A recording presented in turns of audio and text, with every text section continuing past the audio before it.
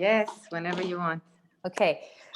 So everybody, ladies and gents, thank you for being here. This is today is a special exclusive event. First of all, because it's online. Second of all, it is called Women in the Lead, and this is its 4th edition. And it's in partnership with 2 organizations, I'm going to call them, that I hold very dear. Alumni Central, which was founded in 2011. And the vision that they have is to be catalysts and change agents in Lebanon to make their vision a success. They always collaborate with civil society, volunteers, corporations, local alumni groups.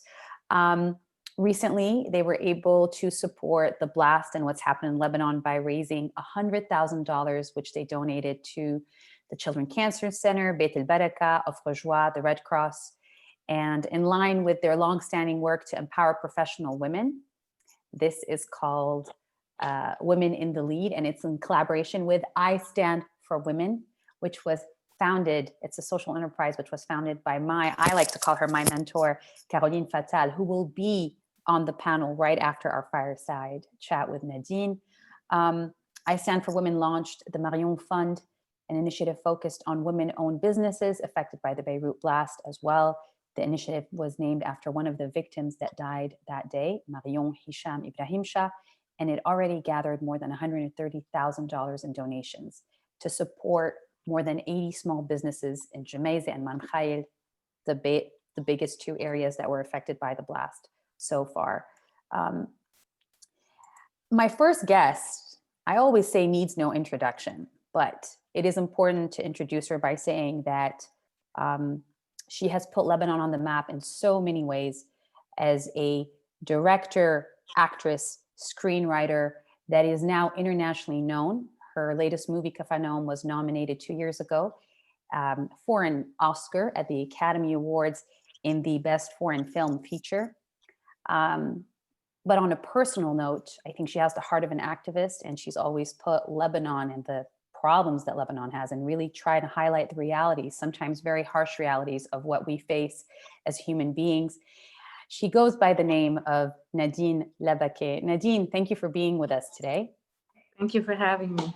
Thank you for making the time. I love the shoot. You're actually in the middle of a shoot, so I know you took the time to be here amidst the storm.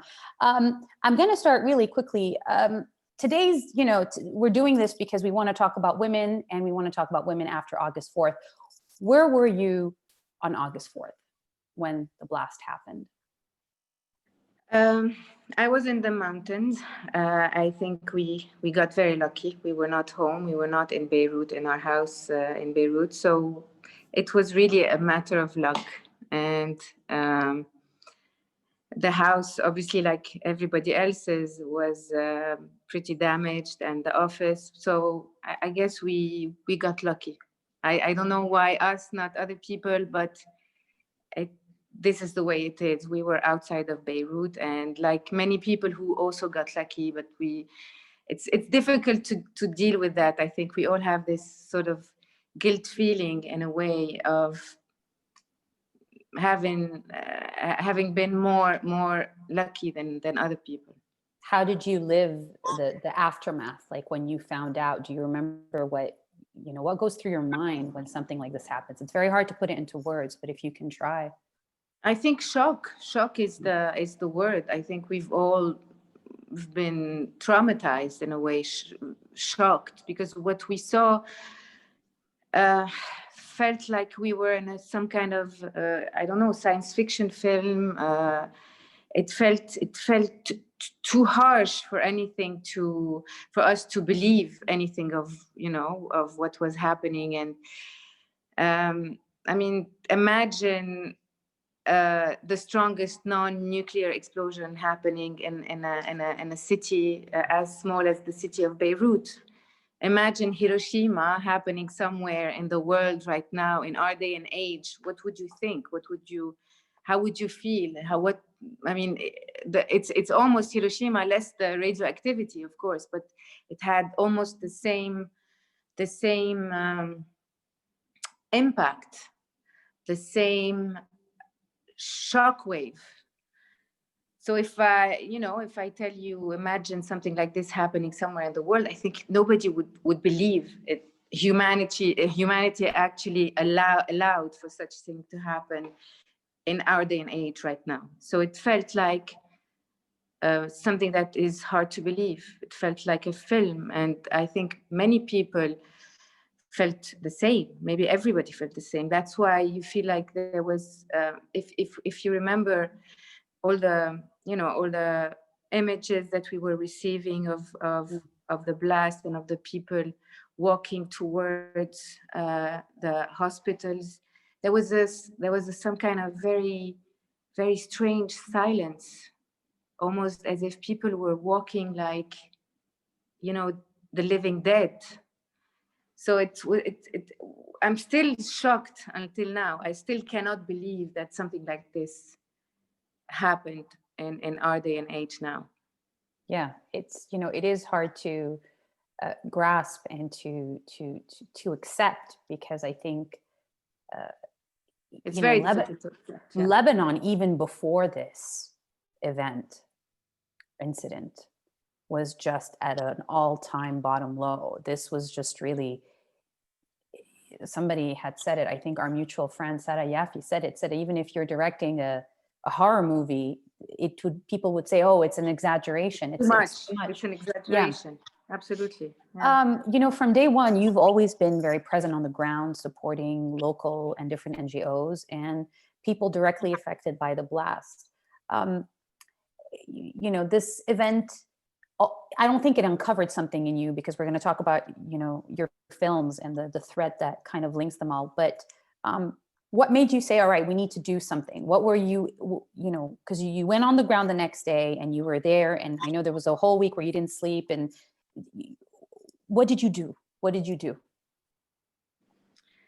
I think that when you are faced with such tragedy, I think, it's only normal that you try to do anything you can in any way you can to just be, have an existence, or have some kind of reason to exist. So it was only normal that, you try anything you can. I was trying to support some of the NGOs, some of my friends who work in NGOs, who have certain NGOs, just to, help them out in any way I can. But at the same time, I was still a little bit paralyzed. And some people ask me very naturally, so did you take your camera? Did you start shooting? Did you document what was happening? I didn't. I think for the next month, I just I couldn't do anything. I was completely paralyzed. You're in a state where you're the whole time thinking about what should be done, what should we do. Apart, of course, from the help, there's something else that we need to think about. How do we hold the right people accountable? How do we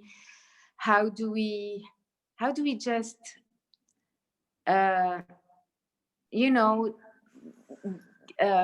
get rid of this feeling of frustration and anger? You can't get rid of it, obviously, but how do we turn it into something positive? How do we turn it into something that where we take a step further and just try to get out of it in a way, or try to get revenge in a way? I don't like this word, but we all have this feeling of we need to get the right people accountable. And how do we do it? Which steps do we take? And maybe that's why from the beginning, I thought of this film, and the film we did, with Kate Blanchett, and I thought we need to get the international community aware of the enormity of what happened. It's not just, another natural disaster or another accident that happened somewhere in the Middle East. And people tend to think, well, this is their story. This is what happens over there. This is their so I think that I started thinking about how do we get the international community more aware of what's happening. Of course, everybody was talking about it in the news and all of that, but I thought it wasn't enough. How come the whole world is not demonstrating for Lebanon? This is a crime against humanity. And how come the whole of humanity is not, standing with us? We shouldn't be begging for justice. We shouldn't be begging for justice. Just the whole world should be with us, claiming this justice and asking for it and asking to know what happened, because it's, we can't allow for such injustice to happen now. The video, I hear you. The video that Nadine and you were talking about is a video that went viral so that people around the world would not forget about Lebanon. It was made so that people would keep talking about Beirut, and most importantly, would help raise global awareness on the necessity to hold the corrupt and murderous political class accountable for the crime against all Lebanese. Cate Blanchett, the Oscar award-winning actress, narrated it. The question is, how can we ensure today, do you think, that Lebanon stays in people's minds and that our suffering does not fall in the pit of forgetfulness? Obviously, there are many initiatives working toward justice and working towards holding the right people accountable. I think we need to keep talking about Lebanon. We need to keep talking about Beirut and remind people that what happened in Beirut is not just another accident or another, this was a man-made disaster. It was perpetrated by human beings, and it was perpetrated by a negligent,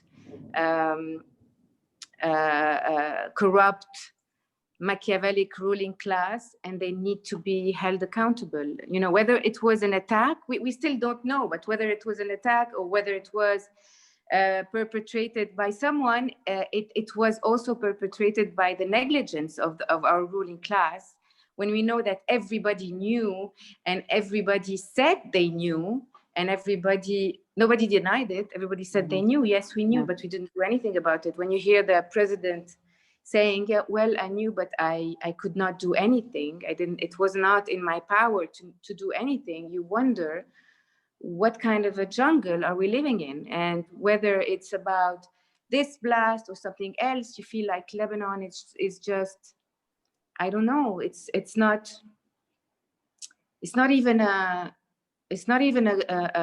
there's nothing. We're just left on our own, just on this standby mode. And I wonder, how come this country is, there's still humanity in it. People are not eating each other out in the streets because we have this humanity, because we still have this. And I think that if anything like this would have happened somewhere else in the world, I think you'd see hell. You'd see, I don't know, you'd see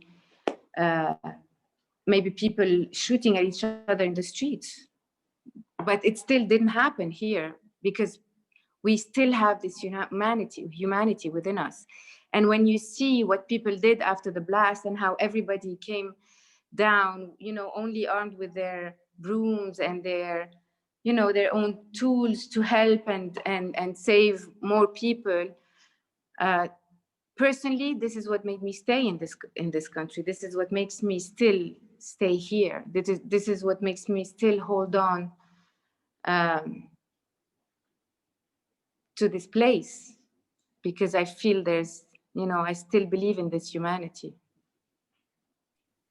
It's, I'm taking it in, what you're saying. I think just because on a personal level, and I think I speak for many people, the humanity is what keeps us tied together, because it's emotional and it's devastating. And you and I were talking about this before people came in. Everybody's leaving. And we're at a phase where we can't even ask them to stay anymore, because, when you have children, what do you tell your children? What do you explain to them? You have children of your own.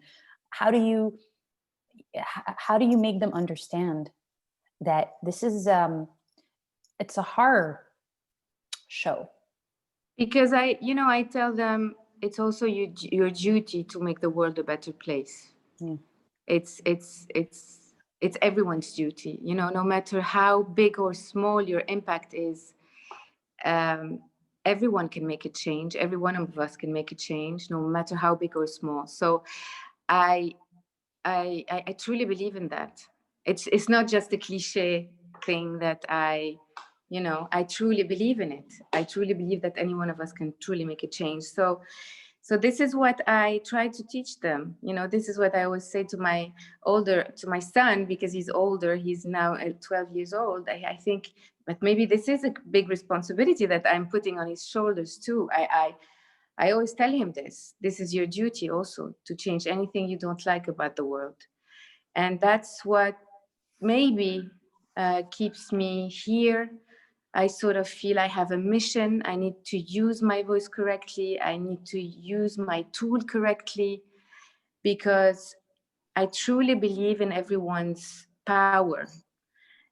And my tool is, for the time being, cinema. And I know how much a film can actually change things within you, because it talks to your emotional cord, and through your emotional cord you can move mountains. So I have to use my tool responsibly. And ever since I understood this responsibility, you know, it takes time for you to I don't know, get on the next journey or begin the next film. People keep, you know, asking me, so what is your next film about?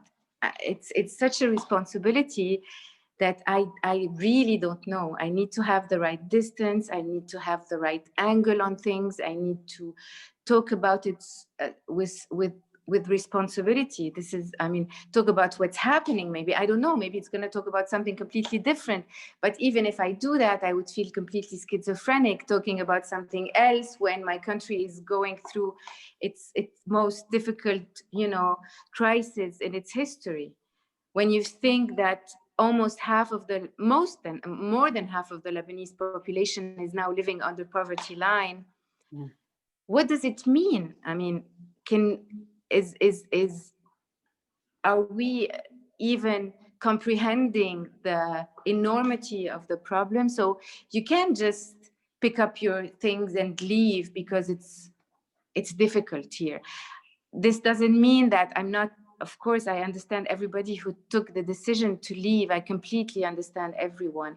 I mean, if I had to grab my daughter and run to the hospital with her on the 4th of August, maybe I would have left, or my daughter or my son or somebody close to me. Maybe I would have said, I can't make them go through this again.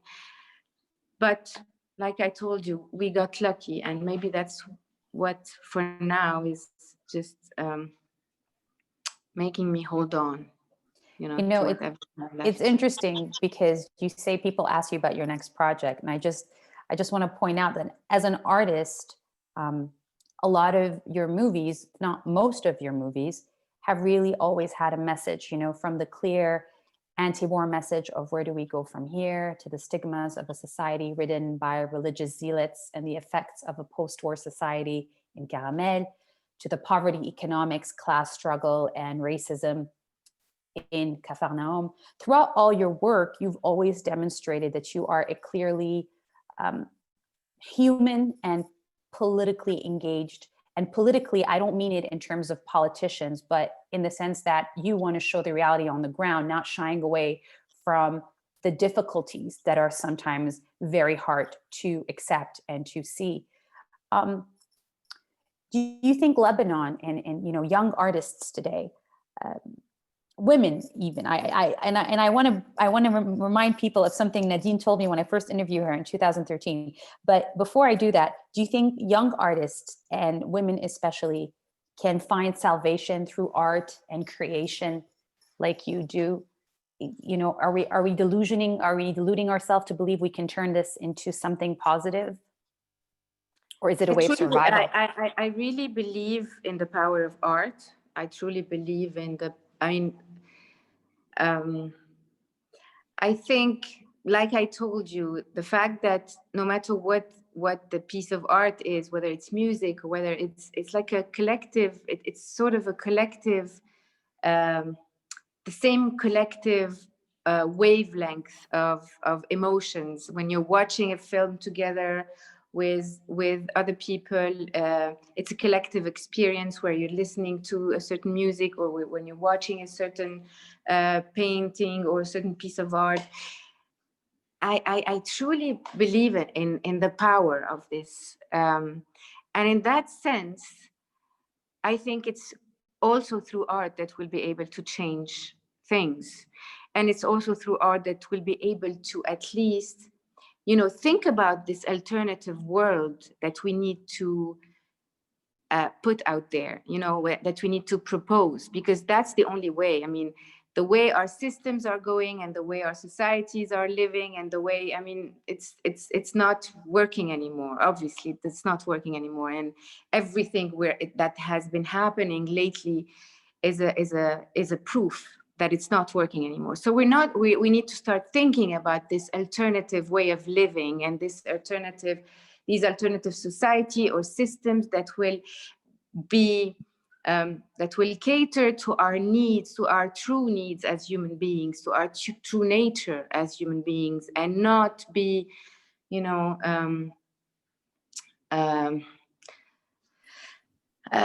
be informed by, but by this certain brainwash that we've had, and this sort of those rules and regulations that have been put and that don't necessarily cater to our real needs as human beings. So this alternative way of thinking and these alternative systems and society, I think art is going to have to play a big role in proposing it, in talking about it, in finding solutions. Because also art entertains at the same time, and it's I think a film or a piece of art is much more powerful than any political speech. So in that way, I truly believe in that responsibility too. And Charlie Chaplin included his dictator speech in the movie. So art comes in all kinds of forms. I want to end on this, and I want to remind people, I don't know if you remember this.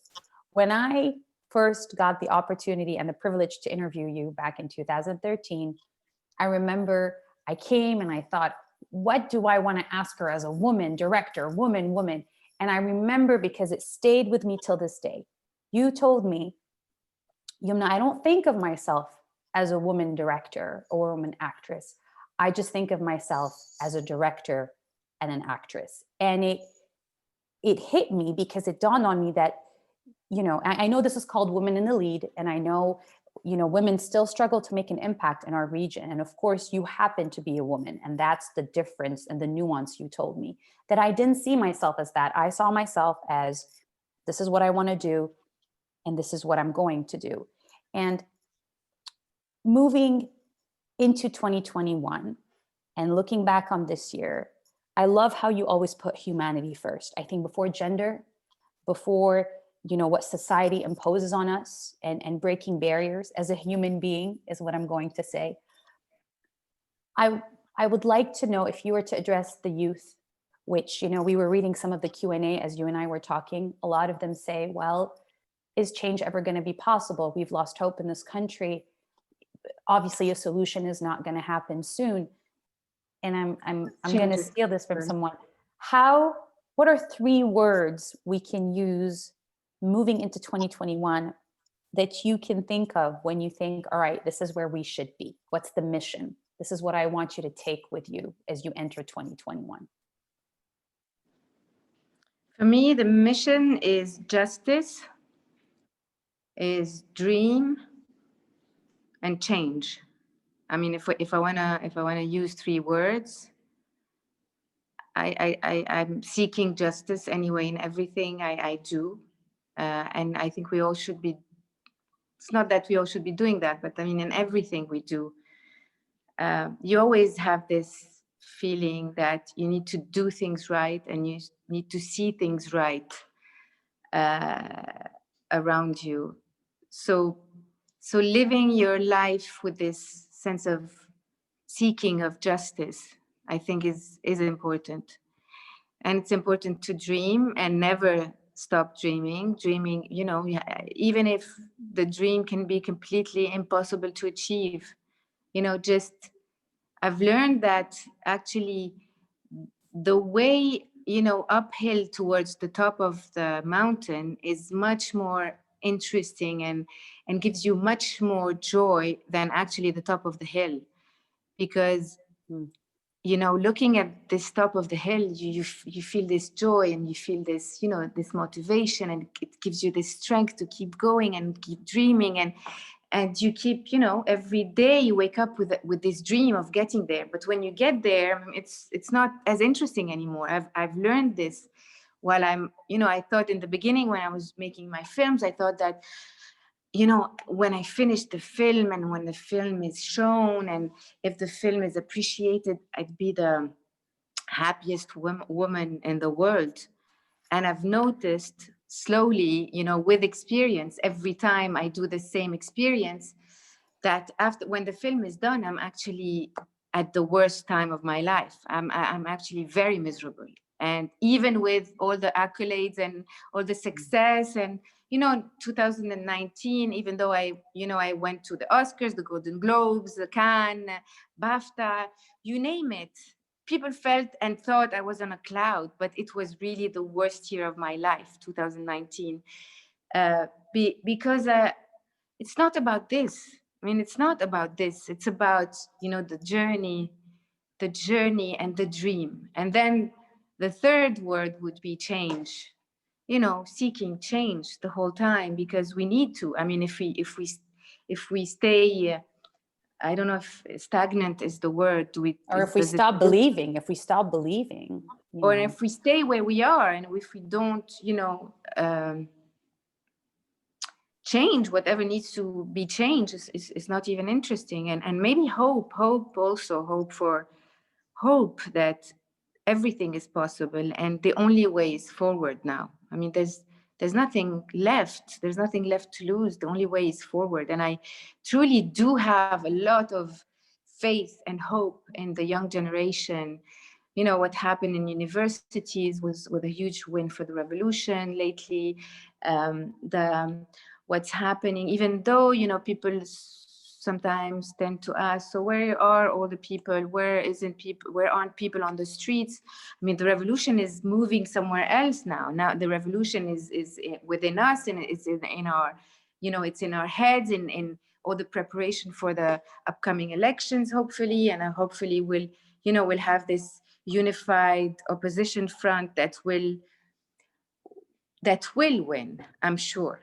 Do you see yourself ever running for anything public, a public office, or no? No, I don't think, no, I will not run, because I've learned also that I don't have the right personality for it. I don't have, you know, you know, the thick skin that I need to be in such, you know, such positions.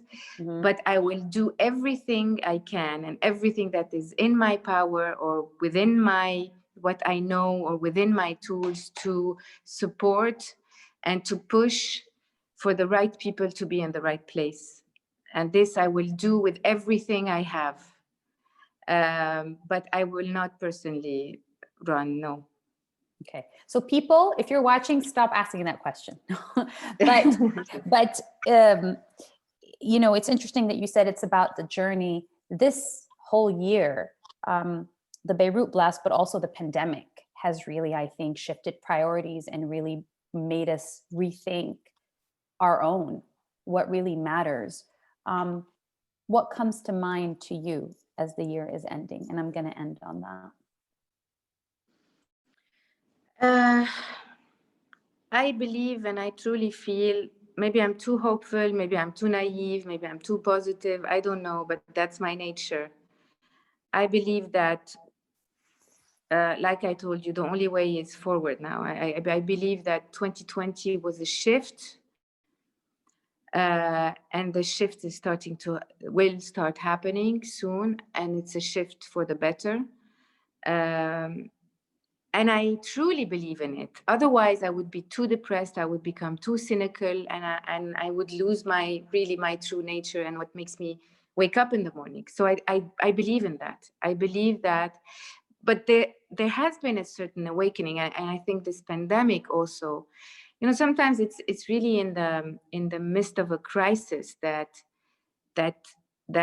the shift really happens, and it's only because of the crisis that the shift happens. And I think the shift is really needed. It's going to be a necessity. We have to really change our ways of living, our ways of, this heavy consumerism. We've learned really lately to live with nothing, to live with very, little things, and especially in Lebanon, especially in Lebanon. Mm-hmm. It doesn't, but it doesn't really, truly, it doesn't mean that of course, with everything that's happening, the situation has been really difficult here, but sometimes you feel, well, actually, I didn't really need this thing that I think I'm lacking, or I think I'm yearning for. I don't really need it. I can live without it. And I think that there has to be a shift towards a different system, towards a different system of representation even. I think it has to shift towards a more equitable distribution of wealth. It's shifting. I think the global capitalism is not working anymore. Mm-hmm. I think there's a shift towards something different. Maybe more real too, more of what... maybe more just, and maybe more fair. Mm-hmm. Mm-hmm. So in that sense, I have hope. In that sense, I have hope. Maybe I'm naive, but I do have hope. No, I don't. You know what? I don't think that having hope is naive. And when people say that, I think they're trying to have a reality check somewhere. But if we didn't have hope, and I think that answers a lot of the questions that we were asked today when you and I were talking, then what's the reason to get up in the morning? And you mentioned justice and dream and change, and they all encompass hope. And in that spirit of hope, going into the future and moving forward, I want to thank you for being with us and for this fireside chat. I know you're busy because you're shooting, and thank you, because every time we sit down, or we, I wish it was face to face. I was telling the other ladies, it is a pleasure. It is a pleasure to listen to you. It is a pleasure to call you a Lebanese compatriot who really not only lifts women up, but lifts Lebanon up, and really gives hope to the youth. And please go and leave with that. And thank you. Thank you. Thank you, Youmna. Thank you. Thank you. Thank you. Merry Christmas, happy holidays, happy New Year. If we don't see you till next year, it's going to be great. We're bringing in our next panelists. If you guys are watching, you better stay in. It's going to get really good, because we've got power ladies in the house, and I'm trying to say it in a cool fashion. Thank you to Nadine for that. And I believe we have, all right. Let me tell you, is everybody in? All right. To all our attendees, thank you for joining us. We just had our fireside chat with Nadine Labaki, and we are joined by many of her friends and her fans as well, and inspirations to myself. And if you don't know these ladies, you're going to want to stay tuned, because you're going to hear stories that will also inspire you and lift you up. I'm going to quickly introduce them to you. On the right-hand side of my screen, we have two ladies who have made this technically so much easier for us, Gabriel and Mariana Wehbe, who are actually the co-founders of Beb W Shebbek. And this is literally an organization that has been rebuilding Beirut, literally. And we're going to hear from both of them. in a little bit. Mia Atwi is the co-founder and current president of Embrace Lebanon. For all those who may be listening from abroad, is the leading mental health organization and go-to in the country, helping people with really putting mental health on the map, and also helping with dealing with post-traumatic syndrome, anxiety, and you name it. And she's going to be here to talk to us about what happened after August 4th. Yalda Aakour is a personal friend and also joining us from abroad. She is one of the co-founders of Jobs for Lebanon, reaching out to people in Lebanon who have been unemployed, obviously, since the economic crisis. This is even before August 4th and only got exacerbated by COVID and the August 4th blast. Really trying to see if there are people abroad who have jobs to offer Lebanese and pay in fresh dollars. What are fresh dollars, you ask? Well, that's a good question, because we don't have that anymore here. Fresh dollars are dollars that come from abroad that we can actually touch, because we cannot, Lebanese today cannot physically touch the dollars that are in their banks. This is a reality. It's hard to fathom, but this is a true thing.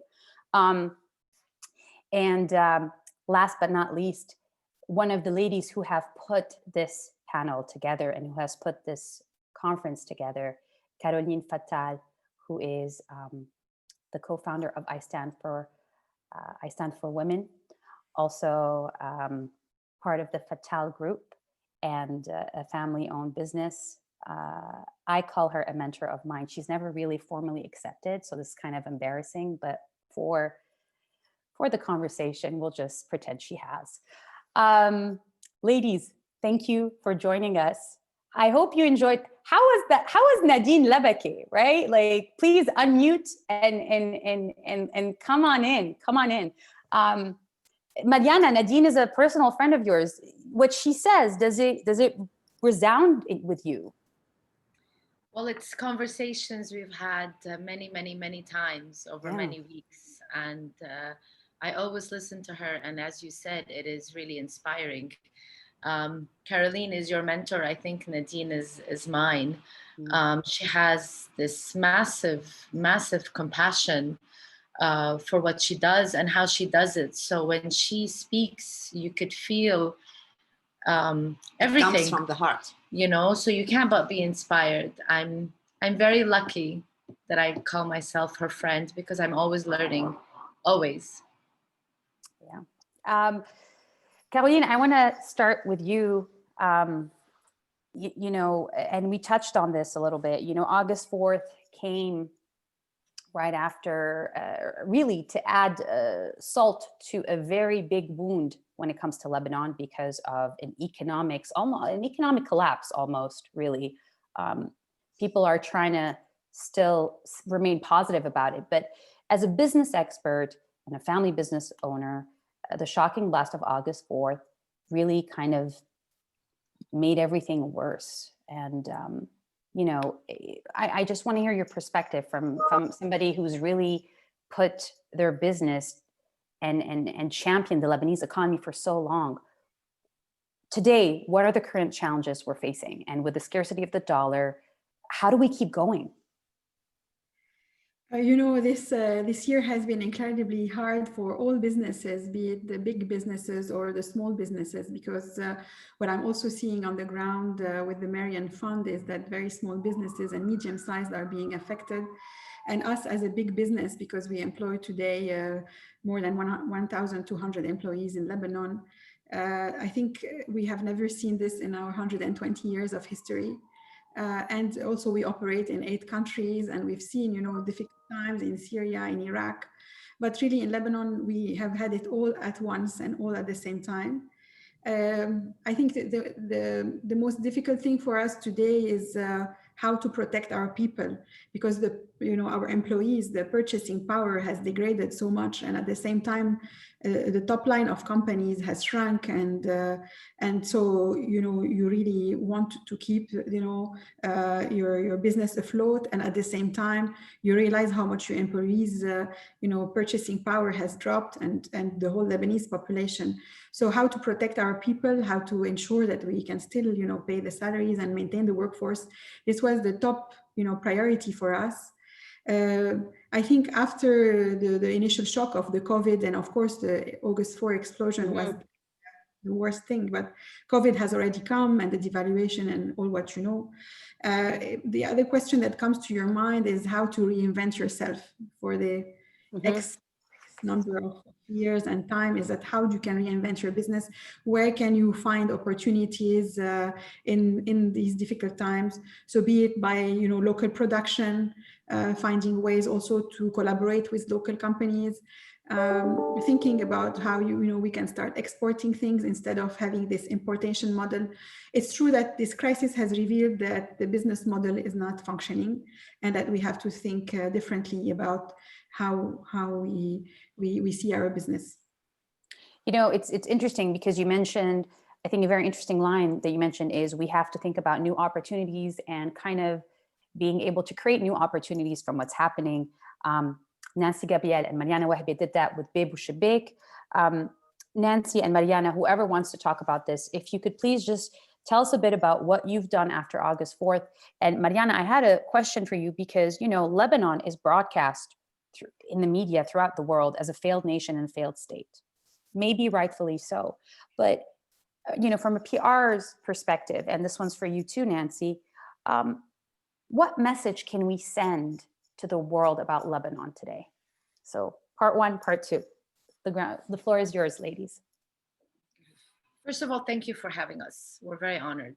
And thank you for taking the time to put this together, because I know this takes time, effort, and research. So thank you, Youmna, and thank you, Caroline. From a PR perspective, I think what this has shown the world is what true Lebanon is about. What we were showing was this country that was fun and it was great to come to, and I am responsible for that as well.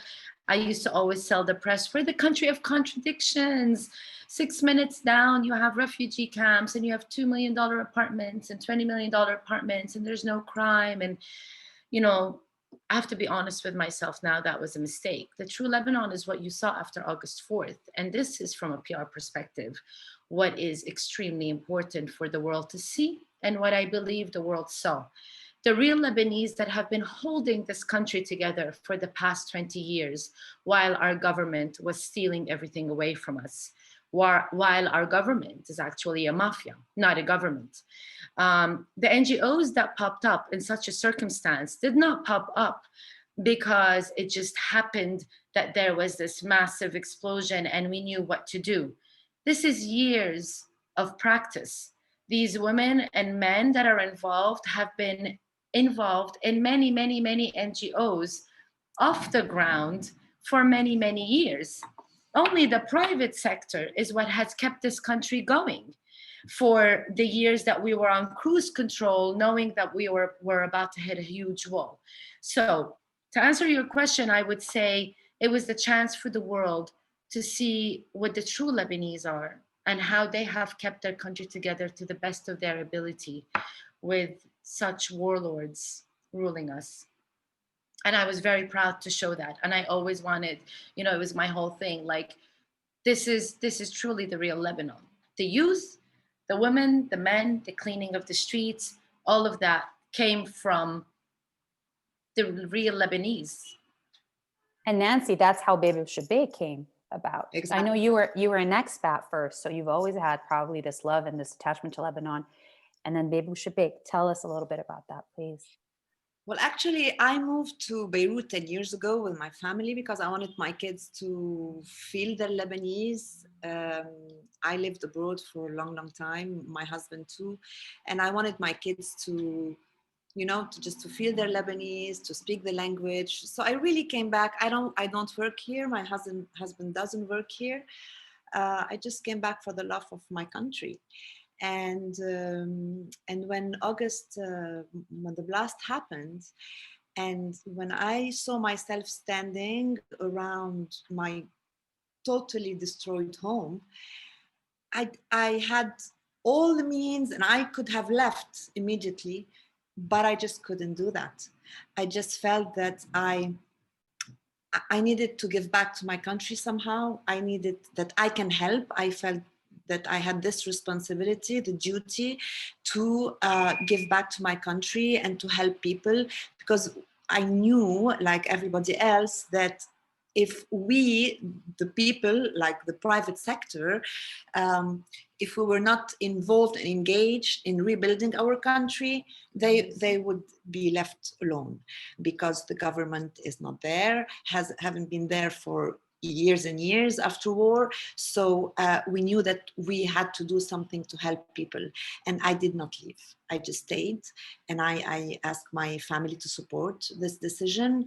I asked the kids, because they were really severely impacted by the blast, and I asked them to be supportive. And like Nadine said earlier, I just wanted them to know that sometimes in life we just have to stand, your ground, and have to do anything in your power to help out. And that was my decision with Mariana. Nancy, I'm curious, because both you ladies have children, and especially you, Nancy, when you say that you brought back your children here so that they can see Lebanon, how do you explain to them and make them understand the enormity of something like August 4th? How do you say that to? Yeah. Her children lived it. They lived it. They really, like, they witnessed this thing, and they were there in the middle of the blast. My son was yelling, "Mom, please, I don't want to die." Remember that video where the little boy was saying, "Ma baddi moot, ma baddi moot"? It went. Yeah. That was her son. So they lived it, and they understand, and they're still scared. I mean, they tell me, what if, because I keep on telling them that this is something enormous, it's not going to happen again, and they keep on asking, but what if? And what if you're not home and something another, something else happens? What would we do? We wouldn't know what to do. And I just tell them that I will always protect them. They're going to be fine. Even my 6-year-old boy, when I told the kids, just right after the blast, just go get your stuff, we're going to your grandparents. And I said, now you have to be strong. Just be strong. We'll talk about it later. And I heard my 6-year-old boy telling to my eldest son, whose name is Raphael, he told him, "Raphael, Mom said you have to be strong. So we have to be strong." He's only 6. This will give them strength. I mean, I keep on telling them, you lived history, and this is the story you're going to tell later in your life, and this is an experience in life, and you proved that you really have a lot of courage, and even they try to help. My kids try to help a lot in different ways, I mean, this will it's an experience in life. And I tell them, when I tell them they lived history, they smile and they say, yeah, well, maybe we lived something important. So I just try to, help them move forward. It's interesting to hear you say that. I wanted to go to Yalda first, but I think Mia has to probably come in here and say a few words. Mia, embrace. There's so much to talk about when it comes to women. We can't forget that the pandemic has caused a surge in domestic abuse and whatnot. But what I really want to focus on is, when you hear Mariana and Nancy, Caroline also has children, Yalda has children, try to cope with the reality of what's happening in Lebanon. And I'm just, and for you, the hotline has been probably going crazy because the pandemic on one hand, and then August 4th, what do you make of it? 5 months after, 10 months after the pandemic, 5 months after August 4th. Yeah. Embrace. What are we embracing? I think we're embracing a lot of uncertainty and a lot of change. And those are two elements that don't gel very well with us human beings, because we really look for certainty and we really try to avoid the change as much as possible. We're more comfortable in, our comfort zones, and really it takes a lot for us to take a step out of what we're comfortable with. And we live in Lebanon, so this is something that we're starting to get used to more and more every day. And it has been a very tough 10 months. We see it through the hotline, we see it through the calls, and after the Beirut explosion, we launched a free mental health center that's been providing services, psychotherapy and psychiatric consultations for every person who has been affected directly or indirectly by the blast. And what you're seeing is really very specific. I mean, 2 months into the first 2 months, actually, we did not get as much calls as we expected, and people weren't putting in because what the ladies mentioned was everyone was coping through different ways and coping by being on the ground. But then, and I say this for myself, the first time I actually cried was on the 3rd month memorial back in October. This was the first time when I was at the port, and I just blew out in tears because we did not have time to process what was going on with us. We all just jumped into action the way we always used to, the way that we're used to doing, actually. And 4 months, 5 months later, we're actually beginning to see more people coming in to the clinic, more people calling to the hotline, and most of them have been complaining about the impact 4 months later of how they're feeling and how, you know, which brings me to an important question is, you know, when, as it stands today, you know, so many of these young people who are writing to us as we're talking say, there's no hope, there's no light at the end of the tunnel. We aren't close to seeing it, maybe, perhaps. So what can you tell them, Mia, today that can help maybe regain a little bit of sanity? And I'm going to use the word hope. You guys are going to hear the word hope a lot today for the right reasons. What can you tell them? I'm going to share my own experience, actually. The only thing that brings me hope is the work that I do.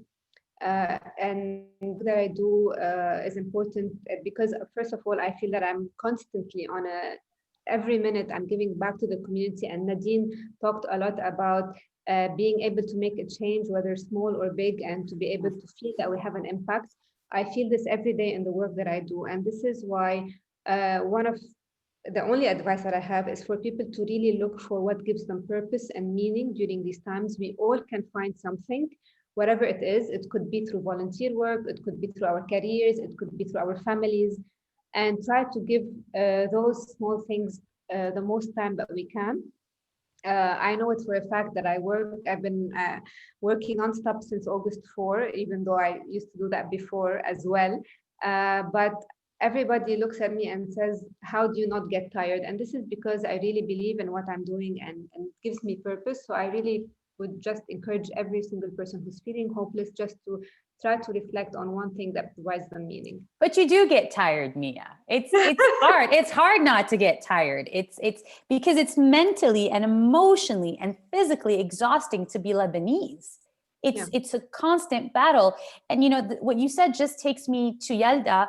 Yalda, you know, Mia spoke about a mission and the mission to help, to be able to contribute to this country. And we have never needed the diaspora as much as we do today. Especially the diaspora has played such an important role pre-August 4th and post-August 4th. Your Jobs for Lebanon endeavor has been widely praised throughout the country and the region. And in these times of crisis that Lebanon has been facing on all fronts, your initiative is definitely one to salute. So just tell us a little bit about the achievements for Jobs of Lebanon and where it stands, and what role does this diaspora play? First of all, and I echo here the words of Mariana, thank you Alumni Central and I Stand for Women for organizing this talk and sharing your platform. And to my co-panelists, even if we have yet to meet in person, I've obviously been following your respective journey with great engagement and admiration. So thank you for the work that you do. So now to your question, Youmna. Jobs for Lebanon was launched in late 2019, early 2020. in response to the worsening economic situation in Lebanon. The vision was very simple: to leverage the power, influence, and networks of the Lebanese expat community to hire local Lebanese talent. And our efforts materialized around the same time as the Thawra was gaining traction. And living abroad, I think it was really our way to contribute to this revolutionary spirit that was shaping up back home and to the transformation that we were witnessing. In terms of what we've achieved so far, so we recently crossed 1,000 available job opportunities on the platform. We have over 8,200 candidates applying to these jobs. We currently have a 15% success run rate, which means that 15% of the jobs on the platform have been successfully matched with a candidate. We have over 50 amazing volunteers from over 20 different cities, from Sydney to San Francisco to Beirut, who are dedicating their time and efforts pro bono to make this a success. And our biggest challenge at the moment is effectively how do you scale, especially how do you scale in a global environment that is not conducive to job creation.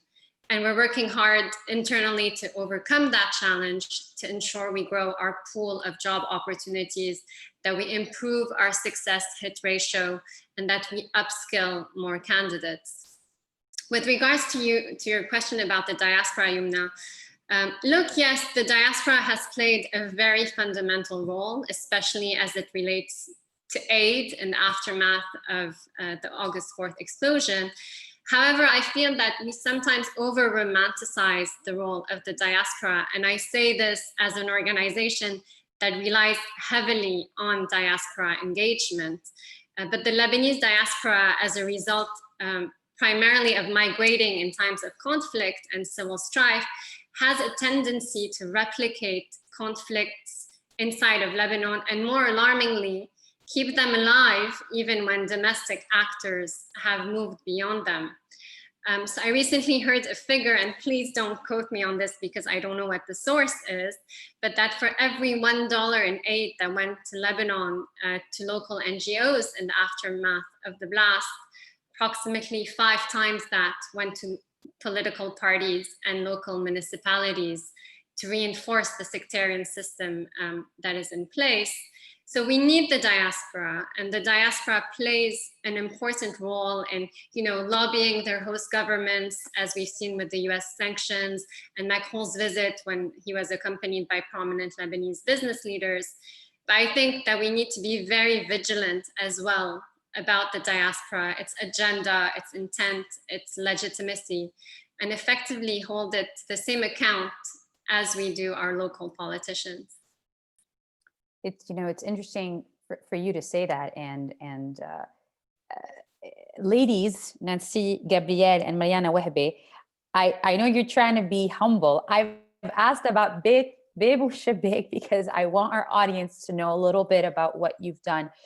Yalda mentioned that a little bit goes to NGOs, but there's still a lot that, whether the figure is true or not, the reality remains true that the political class is very stubbornly, steadfastly rooted in Lebanon. And what you ladies are doing, and Caroline, Mia, Yalda from abroad, is really taking the place of what the government is supposed to do to help people and to help women. Tell me, please, a little bit about your initiative and what should people know about it? This initiative actually started here, right here in this living room, because Nancy was sleeping over and we were standing and she was still in shock and I'm in shock. I was also in ground zero and I was getting all these messages on Instagram, like hundreds of everybody that I knew, my friends, my clients, followers, who were saying, we want to send you money. And I was like, me? We want to send you money. We want to send money to you, Mariana. And I was like, no. Lebanese Red Cross, send it here, Beit al-Baraka. And I wasn't able to comprehend. When Nancy came over, one of our other co-founders, she said to me, there's a friend of mine who's doing some doors and windows. And I said, doors and windows? She said, yeah. And I said, what do people need? They need to get into the house. doors and windows? Can we just facilitate? Because I think I have money that could be coming into me.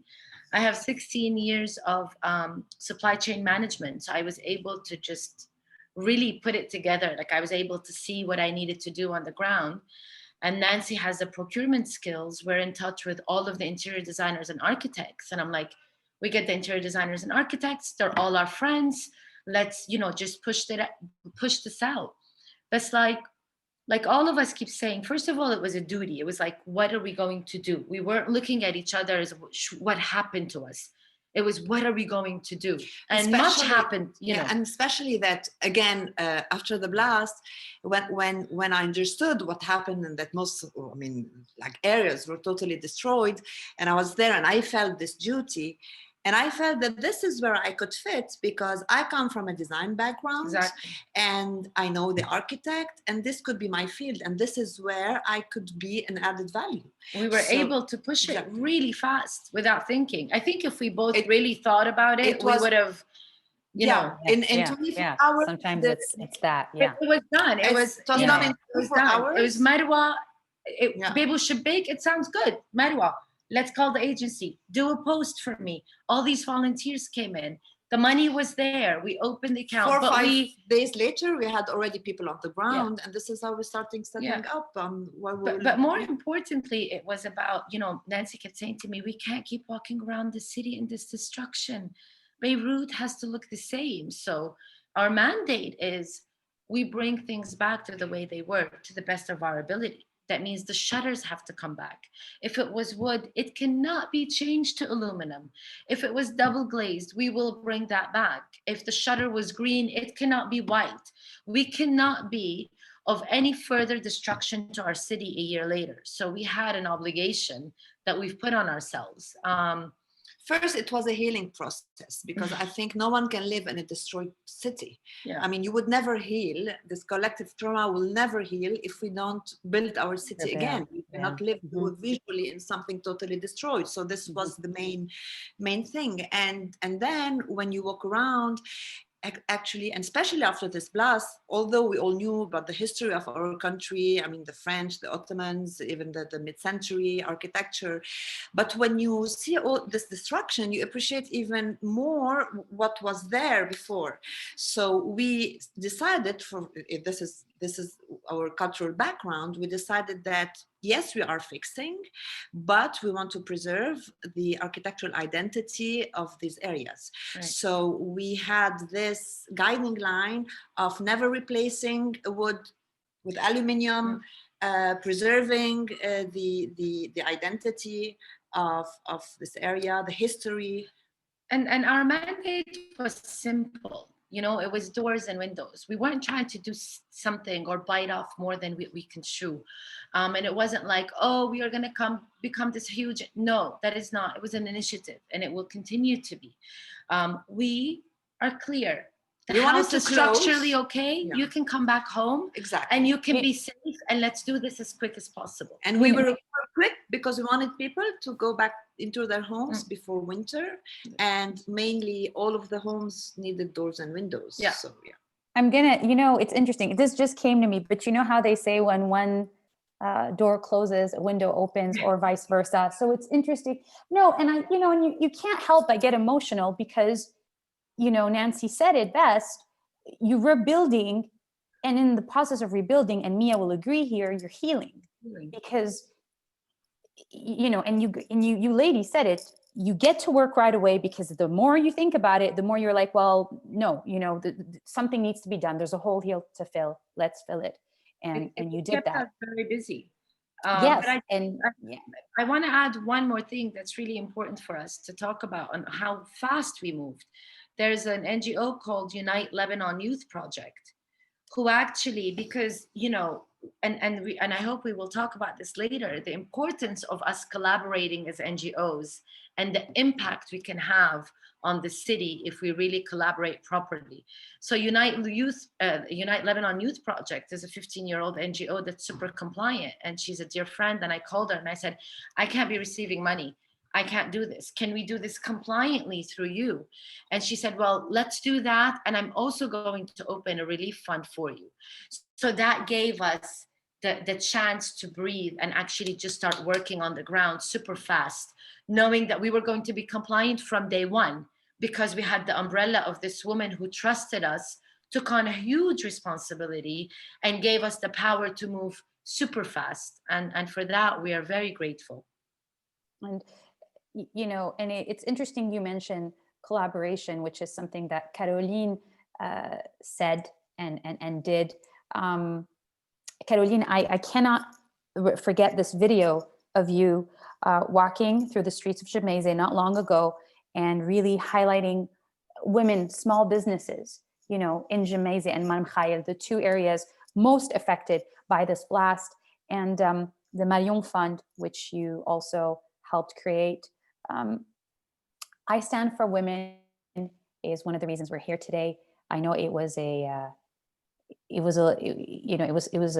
issue that was close to your heart, and you've made it happen.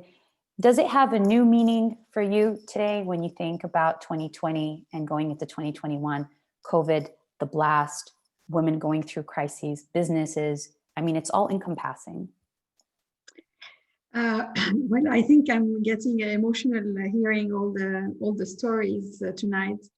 And maybe, as Leah said, I have not had the chance maybe to really process things, and because also I jumped into it, and you know, fortunately, of course, I am still alive, I think, as Nadine was saying, but unfortunately my aunt passed away in the explosion, and I couldn't bear this, and I thought, you know, I like the 200 victims that have died. I said, this is not acceptable. I mean, people don't even know her name. They don't know who she is. And she's gone like that for some awful, you know, people who knew all about it, and left us all with people who have died, people who are handicapped, homes destroyed. And I thought, no, I want people to know that her name was Marian, and that, you know, she passed away on this horrible day, and how could I honor her memory?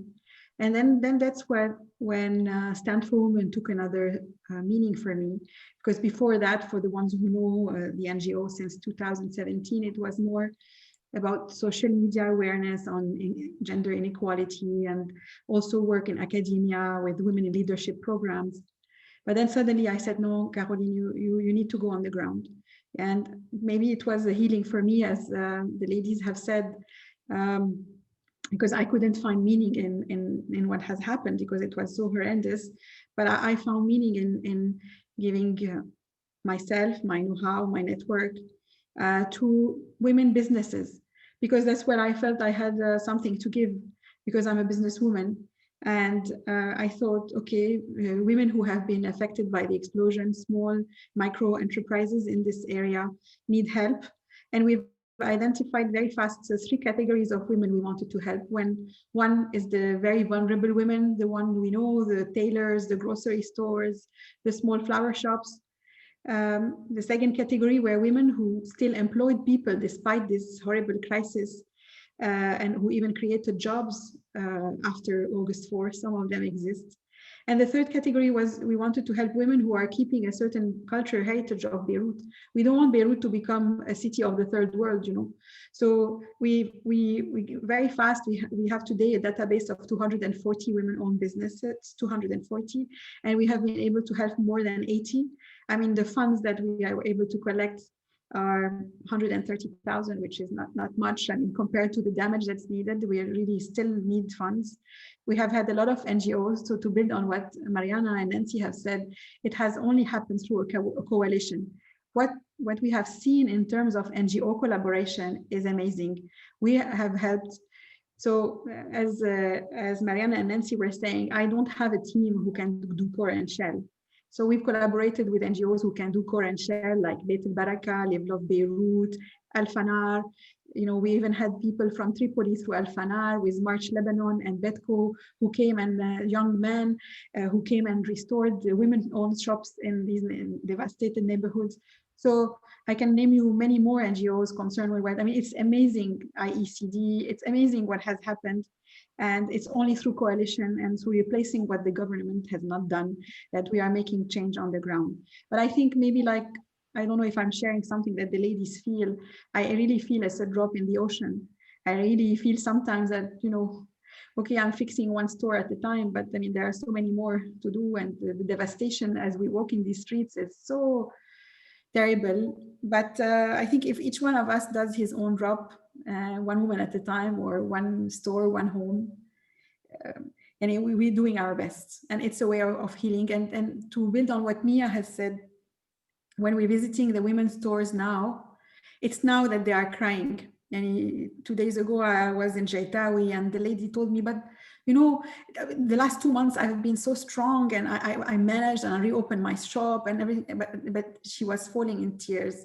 And I think maybe now it's the time that we all need mental health support, including myself, because I think we really slowly absorbing the horrendous thing that we have lived.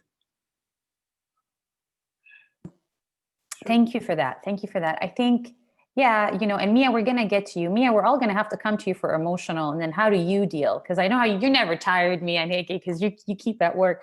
But, you were talking about business, Caroline, and Yalda, I know that you're also, other than Jobs for Lebanon, you're also a managing partner and a co-founder of Bracket Capital, which is a global investment management firm, offices in the US, Europe, the Middle East, a true diaspora lady.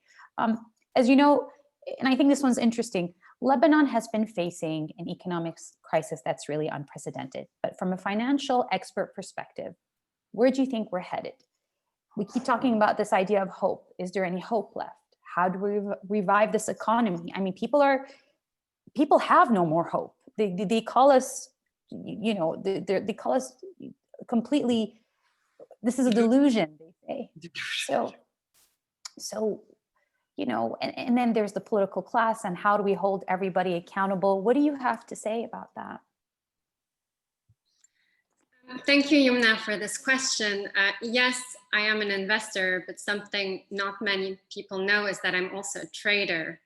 And the first thing that they teach you about markets is that markets don't trade up or down on news or fundamental, but they very much trade up and down on sentiment. So before anything else, I think we need triggers that improve sentiment towards Lebanon, triggers that help restore confidence in the country. And how do we do that? In my opinion, there are these three triggers that effectively need to be working hand in hand. The first one being that people need to continue applying pressure. Whether that is taking to the streets or using their voices. I think that's a fundamental prerequisite for any change.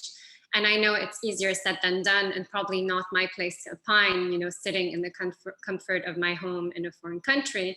But honestly, regimes don't topple overnight. Decades of institutionalized corruption in the way our state is run doesn't just correct itself.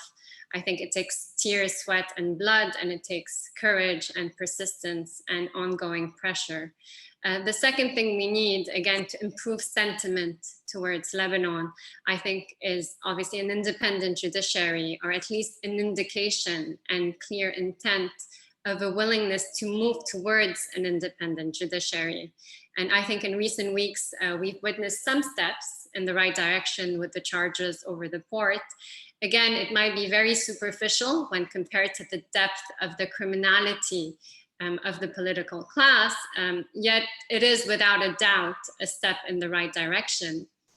And the third trigger that I think we direly need is effectively a government of subject matter experts with a long overdue mandate of restructuring, key government institutions and strategic files, and with a clear, visible path for early elections under a modified representative. Do you really believe that will happen? I get this question a lot. We talk a lot about it, and we have people such as yourself and other experts who really try to implement this kind of change, but it hasn't happened. And when people come to you and say, all right, Yalda, but we haven't seen this kind of change. It's the kind of change we hope for, but nobody really wants to do it. What do you say to them? Look, again, here, we still haven't scratched the surface, right? So we're not addressing issues like Hezbollah. We're not addressing issues like the banking sector, corruption, inflation, the national debt. We're just discussing 3 fundamental triggers that could potentially improve sentiment. And I think they are happening, right? So I gave the example of, moving towards an independent, impartial judiciary. And obviously we have seen that some of these decisions are being implemented. Hopefully a government is set up as a matter of urgency. And people are going to the streets. If they're not going to the street, and I think it goes back to what Nadine said earlier, is that, people are now doing their revolution differently, like planning for elections, doing more with the NGOs, etc. And I'm an optimist, and you said that you were going to speak about hope and optimism as well, on this call. And I honestly think that, an improved sentiment towards Lebanon will unlock the potential for recovery. So we're not all doomed, right? So it will unlock the international community. It will unlock international aid in the form of the IMF grants and loans. And again, this is a change in sentiment, right? So we need to just give an indication that we are moving in the right direction. And to be, extremely optimistic here, I feel that this is what we need to unlock, FDI and tourism again. I'm a member of the Lebanese expat community, and effectively the Lebanese expat community has lost trust in the system because they feel that they've been robbed and betrayed. But honestly, I think, all we need is an olive branch to win them over. And if you want me to be even more optimistic and that it's not all, a doom scenario, I think that without the fictitious, interest rates on deposit, which we're taking away effectively from economic activity, expats like myself might actually be incentivized to invest in the country, invest in its infrastructure, its agricultural sector, hydroponics, data centers, for all I know, and effectively contribute to the recovery. And if you want me to take that optimism even further, I think I want Mia to come in, since you mentioned the word recovery. I want Mia to come in because, a thread that all of you ladies have is this idea of, we had to do something right away, and we got to work right away so that we don't have to think, we just do, we just build, we just heal. Healing is a big thing, and processing. And I think it's not something that's going to be easily forgotten, what happened to us, and everybody's working not to forget about it, because, and you must have heard this a lot, Mia, after August 4th, people did not want to talk about this resilience anymore that we are so known for, right? We are so known to face crap, and excuse my French, and be like, well, it's okay, we're resilient. But I think for the first time in a very long time, we finally said it's okay not to be okay. Because, I'm sitting here in front of all of you today, and I have my days where it's just, it's not okay. It's not okay. But how can we start making it okay again, going through 2021? Mia, 3 words that you could give us.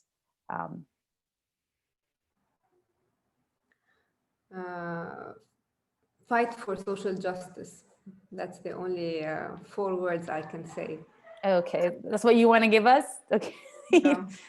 I think we have a long fight ahead in 2021.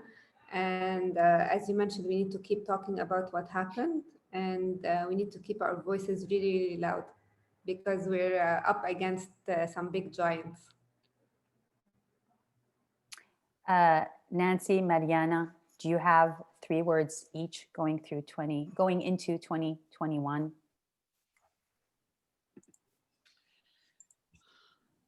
Hope. Yeah.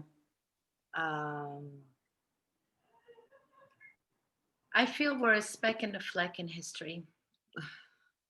This gives me a little bit of comfort, because change doesn't come in a day or 2 or a year or 2, or sometimes not in 50.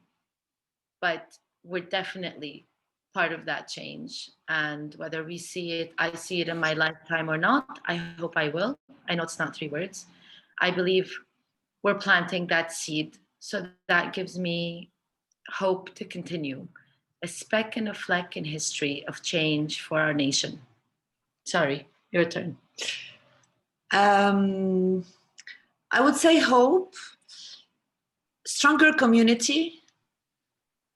For me, this is very important. Something I learned living here in Lebanon, especially after the blast, is like to all stick together, to all support each other. So stronger community and maybe less resilience. Less resilience? Yes, I think resilience is our strength, but our weakness as well in Lebanon, unfortunately. We adapt very quickly, and probably this is one of the reasons why we're there. So yes, we have to be more engaged and hold everybody accountable and stop taking the responsibility out of their shoulders. Yeah. So I think we have to fight much more for fairness and our rights. Yeah, a bigger fight. Caroline, this is your question, but it actually is mine too. I always ask 3 words, but I did steal it from you with no copyright infringements, hopefully. 3 words going into 2021. I still want to have hope. I have hope, and I want to stay, as Nadine said. I want to stay. I want to believe.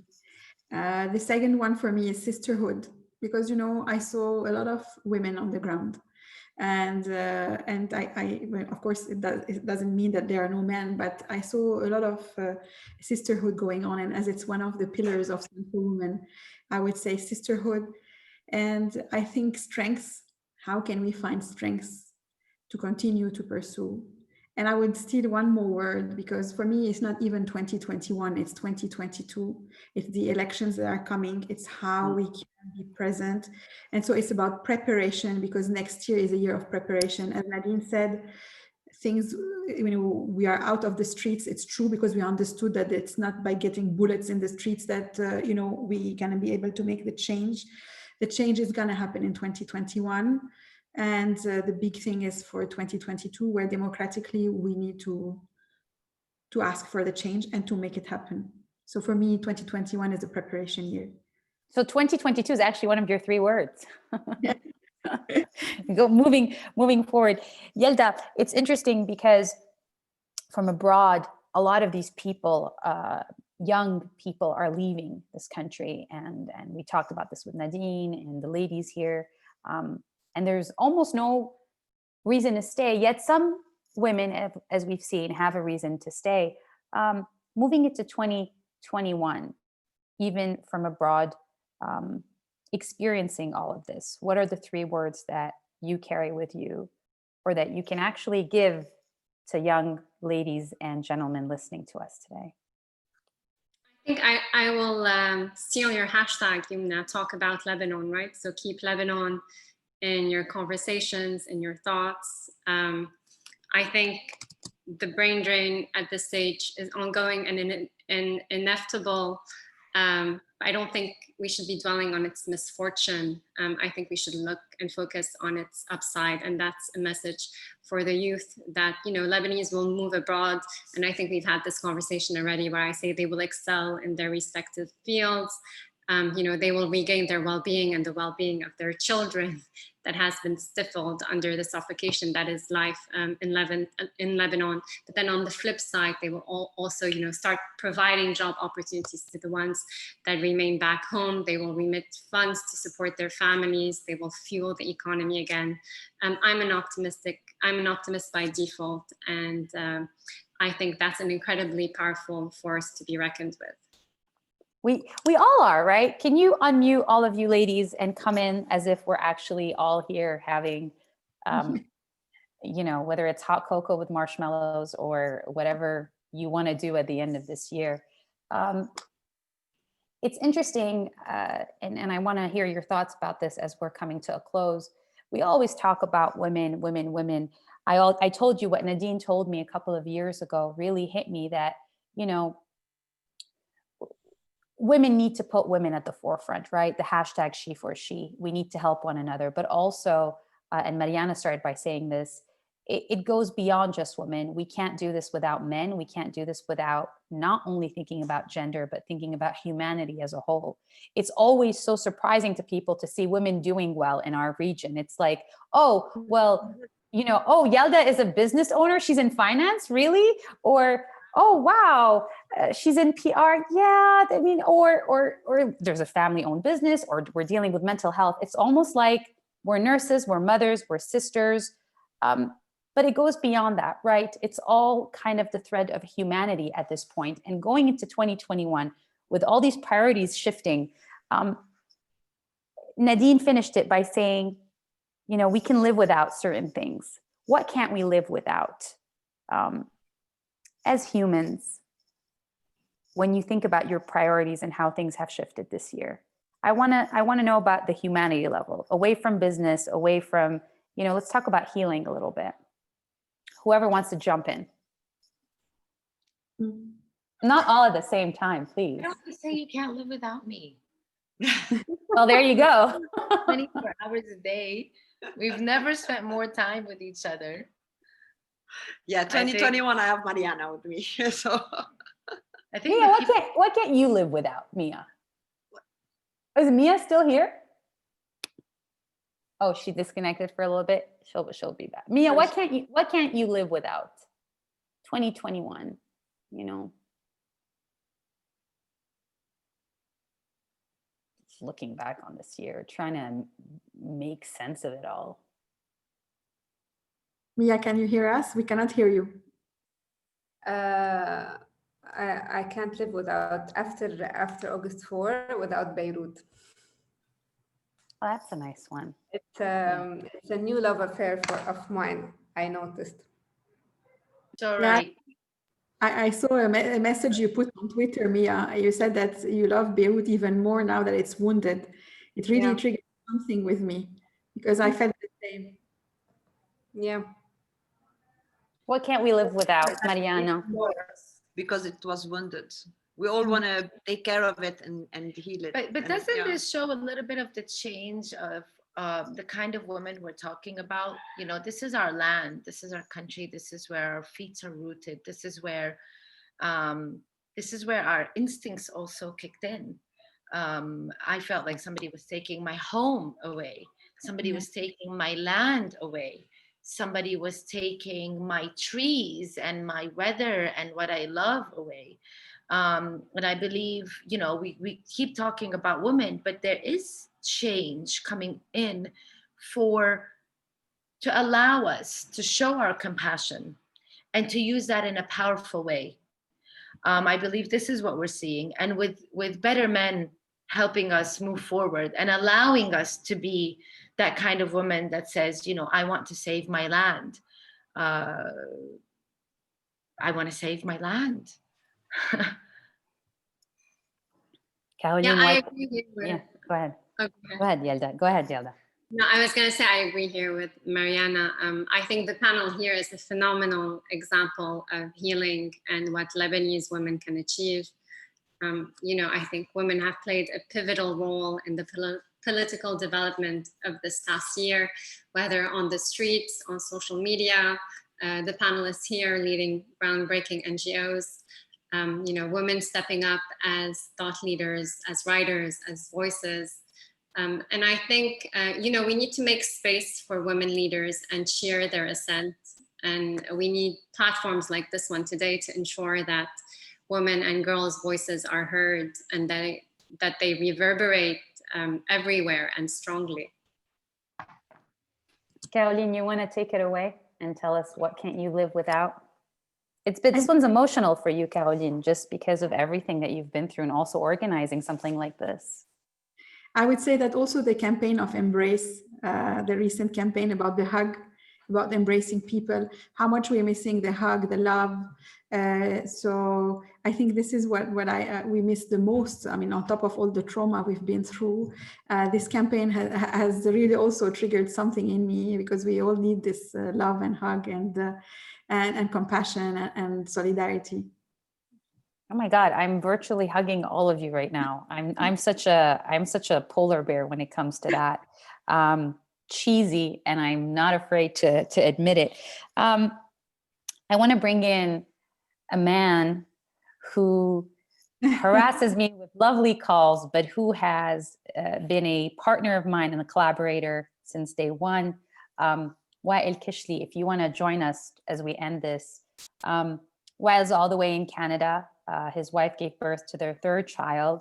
And, you know, he puts his heart and soul into organizing these women in the lead. I think he wants to be popular with the ladies, if you ask me. But on the other hand, I think Mariana said this, and we all echo what she says. You can't go very far if all of society doesn't get on the train with you and helps push you forward. So to the man and the lady for organizing this, thank you, Caroline. Thank you, Wael, Alumni Central, and I Stand for Women.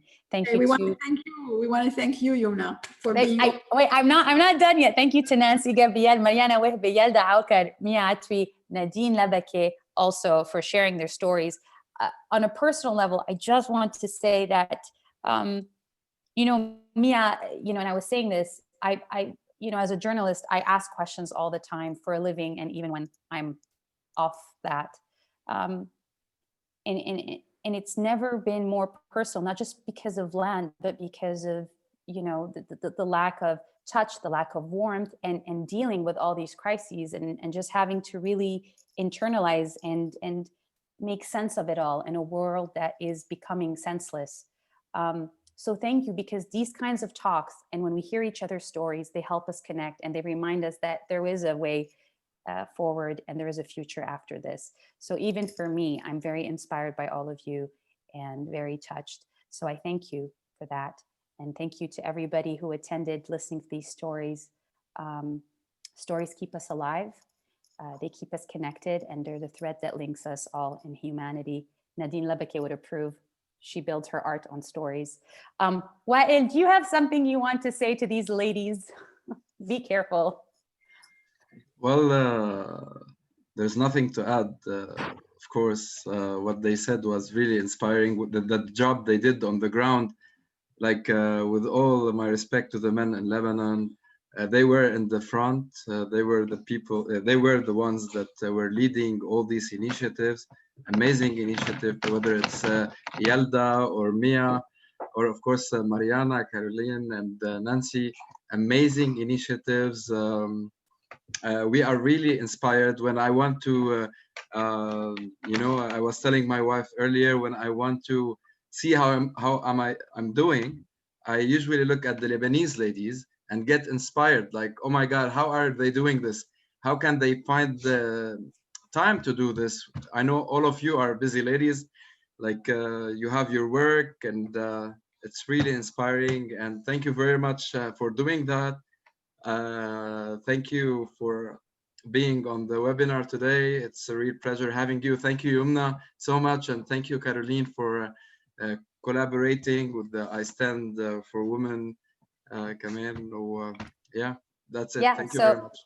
To end this, thank you to all our attendees. Just remember always to embrace one another, to stand for women and men, to always build doors and windows, because they will open doors for you, and they'll open ways, because that in itself is a job for Lebanon.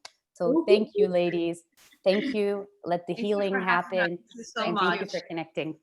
Virtual hug. Virtual hug. Happy holidays. Happy holidays, and thank you to all of the volunteers on our teams. Yes. They're the superstars. Yeah, we have to thank the volunteers. Our volunteers, my babies, our babies. So Absolutely. happy holidays. Happy holidays, guys, and happy New Year. Thank you. Good night. Bye. Bye-bye.